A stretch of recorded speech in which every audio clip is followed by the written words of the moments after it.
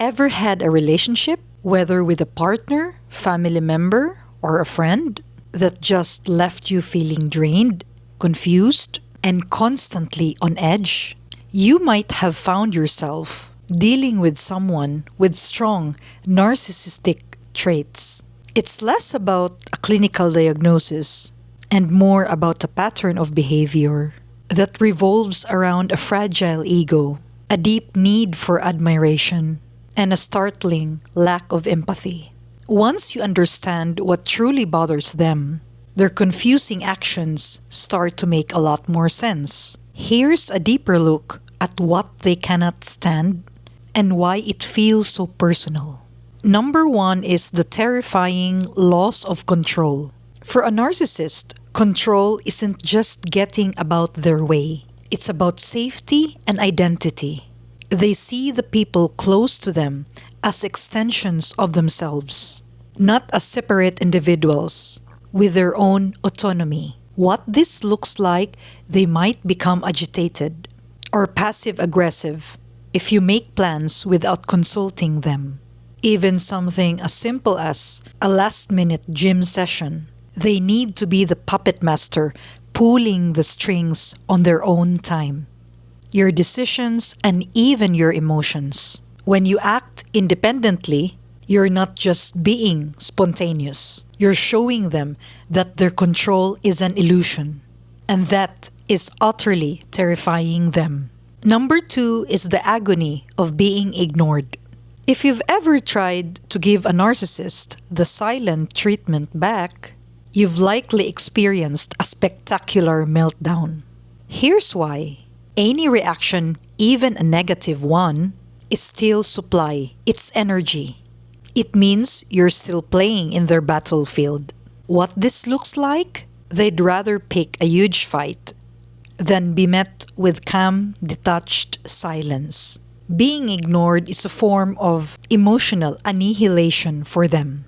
It communicates, you have no power here, and you are insignificant to me. Is built on external validation. This is their worst nightmare. Number three is living in someone else's spotlight. A narcissist's ego is like a solar panel that runs on attention. They need a constant stream of admiration to feel alive and powerful. When that attention is directed elsewhere, like at a friend's achievement or a sibling's wedding, they feel empty and diminished. What this looks like? They might accidentally share big news of their own during your celebration, create drama to become the center of concern, or simply sulk and criticize the event afterwards. They cannot simply be a happy guest. If they are not the star, the event feels like a personal attack. Number four is your success feels like their own failure. In a healthy relationship, a loved one's success is a shared joy. For a narcissist, it's a direct threat. Their sense of self is built on being the best, the most successful, or the most put together. What this looks like? Your promotion, your weight loss, your new relationship, it's not celebrated. Instead, it's met with a backhanded compliment. For example, that's great, but are you sure you can handle the stress?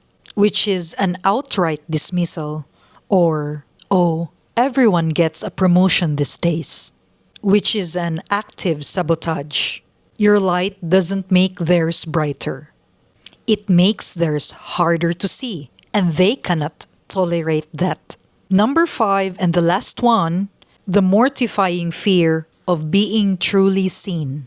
Underneath the grandiosity and confidence is a deep, festering pool of shame and insecurity. The entire perfect persona is a carefully constructed fortress to hide this inner void. The greatest threat to their entire existence is exposure. What this looks like? The moment you calmly point out a lie, call them on your behavior, or refuse to enable their version of reality, They don't just get defensive, they go to war. This is often when you see narcissistic rage.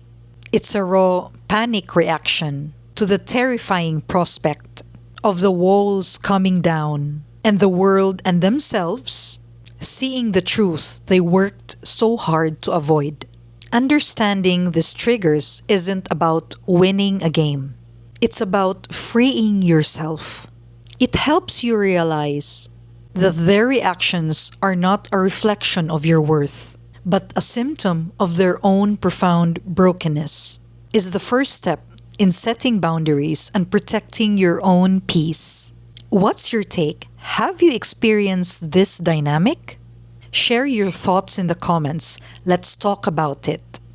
Thanks for being here. See you next time. Peace.